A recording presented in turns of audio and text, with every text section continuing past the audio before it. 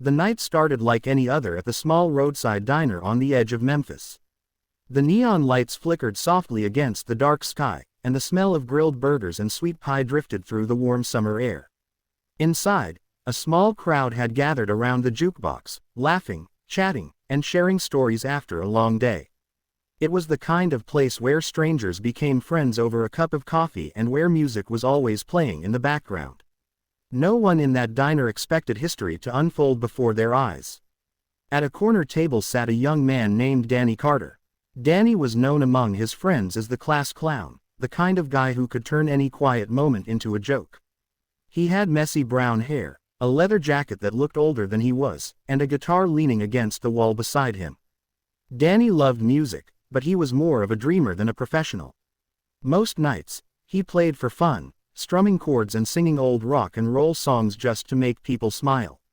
That evening, however, the atmosphere in the diner was buzzing with excitement. Word had spread that a local radio station was hosting a small open mic performance right there in the diner. Anyone could get up and sing. And more importantly, someone special might show up. Rumors had been floating around town all day that Elvis Presley himself was somewhere nearby. Most people didn't believe it. After all, Elvis was already becoming a legend. His records were spinning on radios across America, his voice electrifying audiences everywhere. The idea that he might casually appear in a humble diner seemed impossible. But rumors have a strange way of pulling people in. Danny didn't care much about the rumors. He was there for the laughs and the music. As he leaned back in his chair, he listened to a few local singers take turns on the small stage set up near the jukebox. Some were good, some were not so good. The crowd clapped politely after each performance. Then Danny's friend Mark nudged him with a grin. "Danny," he said, "you should get up there." Danny laughed. "You're kidding." "Come on," Mark insisted. "Show them how it's done." Danny shrugged. "Maybe later." At that exact moment, the front door of the diner opened. A hush spread through the room almost instantly. Every head slowly turned toward the entrance.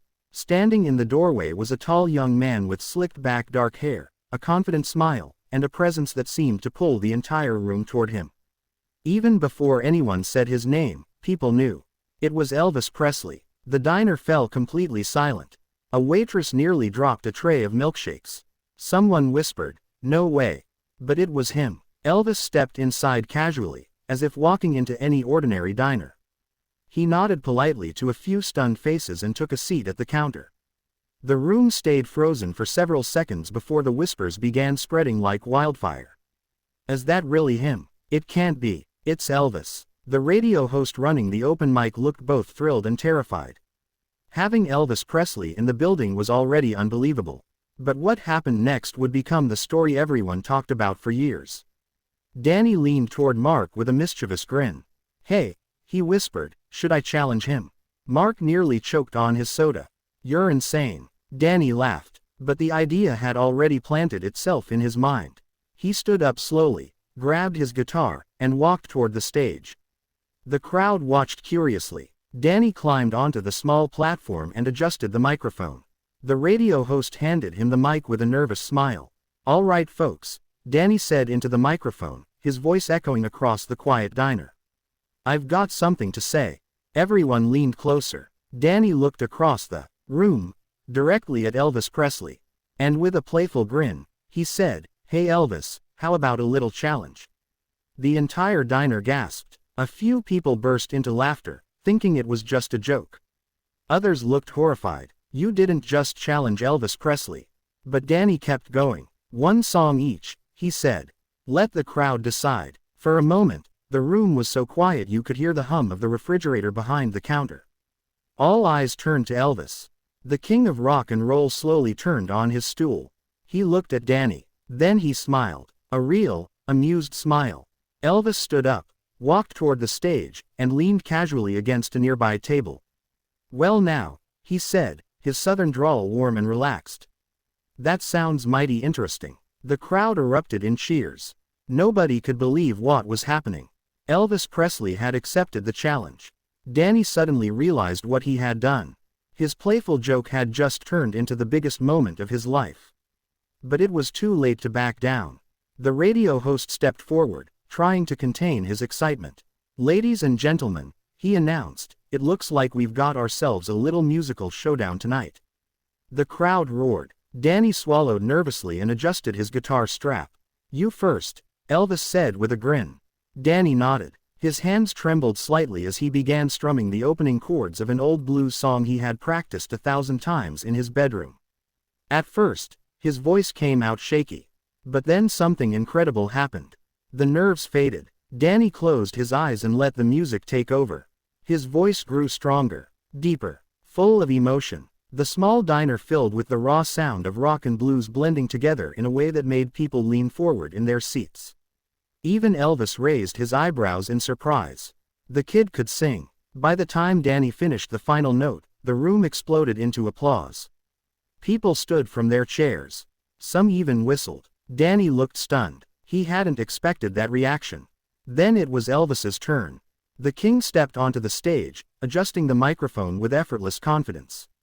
He didn't even need a guitar. When he started singing, his voice filled the diner like a powerful wave. Smooth, strong, magnetic. The room melted. Every note seemed effortless. Every word carried emotion that made the audience feel something deep inside. It was the voice that had already begun changing music forever. When Elvis finished, the applause was even louder. People were shouting, cheering, stomping their feet. Danny laughed and shook his head. "All right," he said, "I think we know who wins." But Elvis raised a hand.